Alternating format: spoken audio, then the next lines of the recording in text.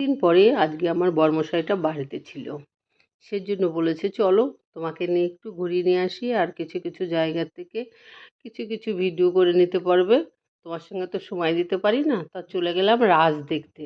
এই রাসটা হচ্ছে আমাদের এই দিকেই আইশমালি, একদম আইশমালির শেষ মাথায় রাসটা।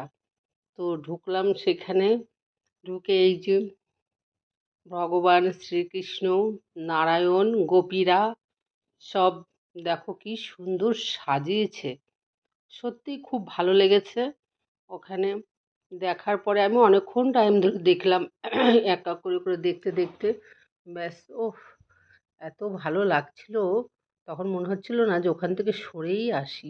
তো ভাবছিলাম, একটু একটু করে দেখছিলাম এদিক ওদিক দেখতে দেখতে, তখন কি করব, যাই হোক ভালো লাগছে বলে দাঁড়িয়ে গেছি।